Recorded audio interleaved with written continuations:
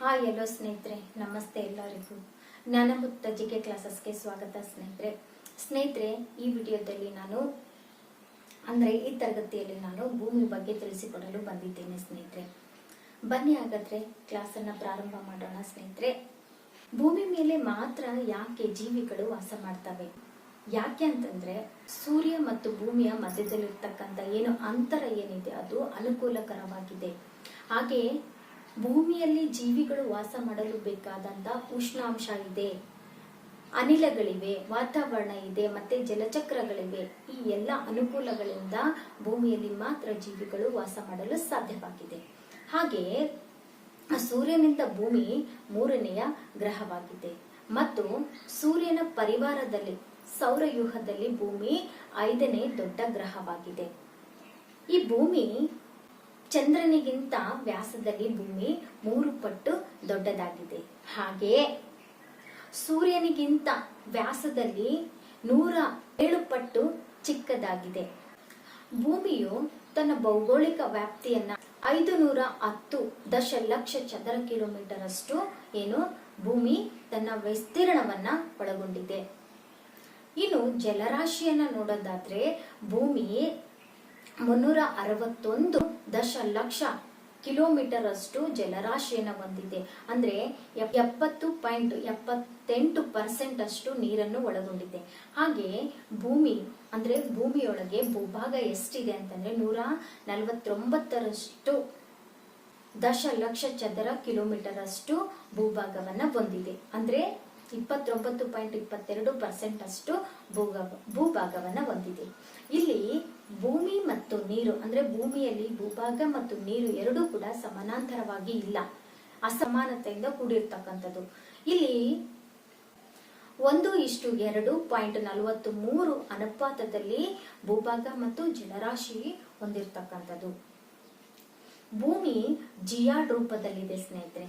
ಯಾಕೆ ಭೂಮಿ ಜಿಯಾಡ್ ರೂಪದಲ್ಲಿದೆ ಅಂತಂದ್ರೆ ಭೂಮಿ ಧ್ರುವಗಳ ಬಳಿ ಏನಿದೆ ಚಪ್ಪಟೆಯಾಗಿದೆ. ಇನ್ನು ಸಮಭಾಜಕ ವೃತ್ತದ ಬಳಿ ಏನಾಗಿದೆ ಉಬ್ಬಿಕೊಂಡಂತೆ ಇದೆ. ಹಾಗಾಗಿ ಭೂಮಿ ಏನಾಗಿದೆ ಜಿಯಾಡ್ ರೂಪದಲ್ಲಿದೆ. ಸಮಭಾಜಕ ವೃತ್ತದಲ್ಲಿ ಭೂಮಿ 12,756 ಕಿಲೋಮೀಟರ್ ಅಷ್ಟು ವ್ಯಾಸವನ್ನ ಒಳಗೊಂಡಿದೆ. ಇನ್ನು ಸುತ್ತಳತೆ ಸಮಭಾಜಕ ವೃತ್ತದಲ್ಲಿ ಭೂಮಿಯ ಸುತ್ತಳತೆ ನೋಡೋದಾದ್ರೆ ಎಷ್ಟಿದೆ ಅಂತಂದ್ರೆ 40,076 ಕಿಲೋಮೀಟರ್ ಅಷ್ಟಿದೆ. ಇನ್ನು ಧ್ರುವದ ಬಳಿ ಭೂಮಿಯ ವ್ಯಾಸ ಎಷ್ಟಿದೆ ಅಂತಂದ್ರೆ 12,714 ಕಿಲೋಮೀಟರ್ ಅಷ್ಟು. ಹಾಗೆ ಧ್ರುವದ ಸುತ್ತಳತೆ ಎಷ್ಟಿದೆ ಅಂದ್ರೆ 40,008 ಕಿಲೋಮೀಟರ್ನಷ್ಟು ಸುತ್ತಳತೆಯನ್ನ ಹೊಂದಿದೆ ಸ್ನೇಹಿತರೆ. ಧ್ರುವದ ಬಳಿ ಇರ್ತಕ್ಕಂಥ ವ್ಯತ್ಯಾಸ ಎಷ್ಟಿದೆ ಅಂದ್ರೆ 42 ಕಿಲೋಮೀಟರ್ನಷ್ಟು ವ್ಯತ್ಯಾಸವನ್ನ ಹೊಂದಿದೆ ಸ್ನೇಹಿತರೆ. ಭೂಮಿಯಲ್ಲಿ ಭೂಭಾಗ ಏನಿದೆ ಅಲ್ವಾ ಈ ಭೂಭಾಗ ಭೂಮಿಯೊಳಗೆ ಖಂಡಗಳಾಗಿ ವಿಭಜನೆ ಆಗಿರ್ತಕ್ಕಂಥದ್ದು. ಅವು ಯಾವುವು ಅಂದ್ರೆ 7 ಖಂಡಗಳನ್ನ ಹೊಂದಿರತಕ್ಕಂಥದ್ದು ನಮ್ಗೆ ಗೊತ್ತಿದೆ. ಏಷ್ಯಾ ಖಂಡ, ಆಫ್ರಿಕಾ ಖಂಡ, ಆಸ್ಟ್ರೇಲಿಯಾ ಖಂಡ, ಅಂಟಾರ್ಟಿಕಾ ಖಂಡ, ಉತ್ತರ ಅಮೆರಿಕ ಖಂಡ, ದಕ್ಷಿಣ ಅಮೆರಿಕ ಖಂಡ, ಯುರೋಪ್ ಖಂಡ, ಹೀಗೆ 7 ಖಂಡಗಳನ್ನ ನಾವು ನೋಡ್ತೀವಿ. ಅತ್ಯಂತ ದೊಡ್ಡ ಖಂಡ ಏಷ್ಯಾ ಖಂಡವಾಗಿದೆ. ಅತ್ಯಂತ ಚಿಕ್ಕ ಖಂಡ ಆಸ್ಟ್ರೇಲಿಯಾ ಖಂಡವಾಗಿದೆ ಸ್ನೇಹಿತರೆ. ಹಾಗೆ ಭೂಭಾಗ ಖಂಡಗಳನ್ನ 7 ಖಂಡಗಳನ್ನ ಹೊಂದಿದೆ. ಹಾಗೆ ಭೂಮಿಯಲ್ಲಿ ಜಲರಾಶಿ ಕೂಡ 4 ಮಹಾಸಾಗರಗಳಾಗಿ ನಾವು ವಿಭಜನೆ ಮಾಡ್ಕೊಂಡಿದೀವಿ ಸ್ನೇಹಿತರೆ. ಯಾವೆಲ್ಲ 4 ಸಾಗರಗಳಂದ್ರೆ ಪೆಸಿಫಿಕ್ ಸಾಗರ, ಅಟ್ಲಾಂಟಿಕ್ ಸಾಗರ, ಆರ್ಕಟಿಕ್ ಸಾಗರ ಮತ್ತು ಹಿಂದೂ ಮಹಾಸಾಗರ. ಇಲ್ಲಿ ಅತ್ಯಂತ ದೊಡ್ಡದು ಮತ್ತು ಆಳವಾದ ಸಾಗರ ಯಾವುದು ಅಂತಂದ್ರೆ ಅದು ಪೆಸಿಫಿಕ್ ಸಾಗರವಾಗಿದೆ. ಹಾಗೆ ಅತ್ಯಂತ ಚಿಕ್ಕದು ಮತ್ತು ಕಡಿಮೆ ಆಳವನ್ನು ಹೊಂದಿರತಕ್ಕಂಥ ಸಾಗರ ಯಾವುದು ಅಂದ್ರೆ ಅದು ಆರ್ಕಿಟಿಕ್ ಸಾಗರವಾಗಿದೆ ಸ್ನೇಹಿತರೆ.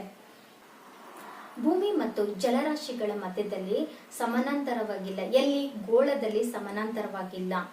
ಇಲ್ಲಿ ಉತ್ತರಾರ್ಧ ಗೋಳದಲ್ಲಿ 60% ಭೂಭಾಗವನ್ನು ಹೊಂದಿದ್ದು ಮತ್ತು 40% ಜಲರಾಶಿಯನ್ನು ಹೊಂದಿದೆ.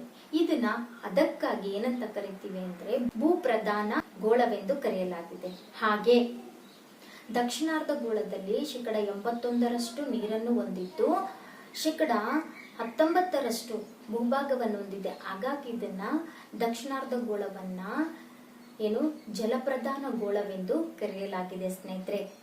ಭೂಮಿ ಗೋಳಾಕಾರವಾಗಿದೆ. ಆದ್ದರಿಂದ ಭೂಗೋಳದಲ್ಲಿ ನಿರ್ದಿಷ್ಟವಾಗಿ ಸ್ಥಳಗಳನ್ನು ಗುರುತಿಸಲು, ದಿಕ್ಕುಗಳನ್ನು ಗುರುತಿಸಲು, ಎರಡು ಪ್ರದೇಶಗಳ ನಡುವಿನ ಅಂತರವನ್ನು ಗುರುತಿಸಲು ಏನ್ ಮಾಡಲಾಗಿದೆ ಅಂತಂದ್ರೆ ಕಾಲ್ಪನಿಕ ರೇಖಾಜಾಲವನ್ನ ವ್ಯವಸ್ಥೆ ಮಾಡಲಾಗಿದೆ. ಇದನ್ನ ನಕ್ಷೆ ಎಂದು ಕರೆಯಲಾಗಿದೆ. ಈ ನಕ್ಷೆಗಳನ್ನ ತಯಾರಿಸುವ ವಿಜ್ಞಾನ ಮತ್ತು ಕಲೆಗೆ ಕಾರ್ಟೋಗ್ರಫಿ ಅಂತೇಳಿ ಕರೆಯಲಾಗಿದೆ. ಇಲ್ಲಿ ಊಹೆಗಳೇನಿದಾವಲ್ವಾ, ಉತ್ತರದಿಂದ ದಕ್ಷಿಣಕ್ಕೆ, ಪೂರ್ವದಿಂದ ಪಶ್ಚಿಮಕ್ಕೆ ಏನು ಊಹೆ ಮಾಡಿದ್ವಲ್ಲ, ಊಹೆ ಮಾಡಿ ಹಾಕಿರ್ತಕ್ಕಂಥ ರೇಖೆಗಳನ್ನ ನಾವು ಏನಂತ ಕರಿತೀವಿ, ಅಕ್ಷಾಂಶಗಳು ಮತ್ತು ರೇಖಾಂಶಗಳಂತೇಳಿ ಕರೆಯಲಾಗಿದೆ. ಇವುಗಳನ್ನ ಭೌಗೋಳಿಕ ನಿರ್ದೇಶನಾಂಶಗಳು, ಭೌಗೋಳಿಕ ಜಾಲಗಳೆಂದು ಕರೆಯಲಾಗಿದೆ. ಗೋಳದ ಮೇಲೆ ಅಕ್ಷಾಂಶಗಳ ಆಧಾರದ ಮೇಲೆ ಗೋಳದ ಮೇಲೆ ಅಕ್ಷಾಂಶಗಳನ್ನ ಎಳೆಯಲಾಗಿದೆ. ಉತ್ತರ ಮತ್ತು ದಕ್ಷಿಣ ಧ್ರುವಗಳ ಭೂಕಕ್ಷೆಗೆ ಲಂಬವಾಗಿ ಸಮಭಾಜಕ ವೃತ್ತವನ್ನ ರಚಿಸಲಾಗಿದೆ. ಸಮಭಾಜಕ ವೃತ್ತಕ್ಕೆ ಸಮಾನವಾಗಿರುವಂತೆ ಕಾಲ್ಪನಿಕ ರೇಖೆಗಳನ್ನು ಎಳೆಯಲಾಗಿದೆ. ಅವುಗಳನ್ನ ಅಕ್ಷಾಂಶಗಳೆಂದು ಕರೆಯಲಾಗಿದೆ. ಈ ಅಕ್ಷಾಂಶಗಳು ಧ್ರುವದ ಬಳಿ 0 ಡಿಗ್ರಿಯನ್ನು ಹೊಂದಿದ್ದು ಮಹಾವೃತ್ತಗಳಾಗಿವೆ. ಅಲ್ಲಿಂದ ಅವು ಉತ್ತರ ಮತ್ತು ದಕ್ಷಿಣಕ್ಕೆ ಏನು ರೇಖಾಂಶ ಬಿಂದುಗಳಾಗಿರುತ್ತವೆ. ಅಂದರೆ ಸಮಭಾಜಕ ವೃತ್ತದಿಂದ ಉತ್ತರಾರ್ಧಗೋಳದವರೆಗೆ 90 ಡಿಗ್ರಿ, ಸಮಭಾಜಕ ವೃತ್ತದಿಂದ ದಕ್ಷಿಣಾರ್ಧಗೋಳದವರೆಗೆ 90 ಡಿಗ್ರಿಯನ್ನ ಒಳಗೊಂಡಿರ್ತಕ್ಕಂಥದ್ದಾಗಿದೆ. ಇಲ್ಲಿ ಒಂದು ಅಕ್ಷಾಂಶದಿಂದ ಮತ್ತೊಂದು ಅಕ್ಷಾಂಶಕ್ಕೆ 110.4 ಅಂತರ ಒಳಗೊಂಡಿದೆ. ಇಲ್ಲಿ ಒಟ್ಟು ಅಕ್ಷಾಂಶಗಳು ಎಷ್ಟಿದೆ ಅಂದ್ರೆ 181 ಅಕ್ಷಾಂಶಗಳನ್ನ ಒಳಗೊಂಡಿದೆ. 0 ಡಿಗ್ರಿ ಅಕ್ಷಾಂಶ ಏನಿದೆ ಅದು ಒಂದು ಸಮಭಾಜಕ ವೃತ್ತವಾಗಿದ್ದು ಮಹಾವೃತ್ತ ಅಂತೇಳಿ ಕರೆಯಲಾಗಿದೆ. ಹಾಗೆ 23.30 ಉತ್ತರ ಅಕ್ಷಾಂಶ ಏನಿದೆ ಅದನ್ನ ಕರ್ಕಾಟಕ ಸಂಕ್ರಾಂತಿ ವೃತ್ತ ಅಂತೇಳಿ ಕರೆಯಲಾಗಿದೆ. ಹಾಗೆ 23.30 ದಕ್ಷಿಣ ಅಕ್ಷಾಂಶ ಏನಿದೆ ಅದನ್ನ ಮಕರ ಸಂಕ್ರಾಂತಿ ವೃತ್ತ ಅಂತೇಳಿ ಕರೆಯಲಾಗಿದೆ. ಇನ್ನು 66.30 ಉತ್ತರ ಅಕ್ಷಾಂಶ ಉತ್ತರ ಧ್ರುವ ವೃತ್ತವನ್ನು ಹೊಂದಿದೆ. ಹಾಗೆ 66.30 ದಕ್ಷಿಣ ಅಕ್ಷಾಂಶ ಏನಿದೆ ದಕ್ಷಿಣ ಧ್ರುವ ವೃತ್ತವಾಗಿದೆ. ಇನ್ನು 90 ಡಿಗ್ರಿ ಉತ್ತರ ಅಕ್ಷಾಂಶ ಉತ್ತರ ಧ್ರುವ, 90 ಡಿಗ್ರಿ ದಕ್ಷಿಣ ಅಕ್ಷಾಂಶ ದಕ್ಷಿಣ ಧ್ರುವವನ್ನು ಒಳಗೊಂಡಿವೆ. ಸ್ನೇಹಿತರೆ, ನಿಮಗೆ ಈ ಮಾಹಿತಿ ಇಷ್ಟ ಆಯ್ತು ಅಂದರೆ ಲೈಕ್ ಮಾಡಿ, ಶೇರ್ ಮಾಡಿ, ಸಬ್ಸ್ಕ್ರೈಬ್ ಮಾಡಿ. ಹಾಗೆ ಬೆಲ್ ಐಕನ್ ಕ್ಲಿಕ್ ಮಾಡೋದನ್ನು ಮರಿಬೇಡಿ ಸ್ನೇಹಿತರೆ. ಹೀಗೆ ನಮ್ಮನ್ನು ಸಪೋರ್ಟ್ ಮಾಡಿ ಸ್ನೇಹಿತರೆ. Thank you.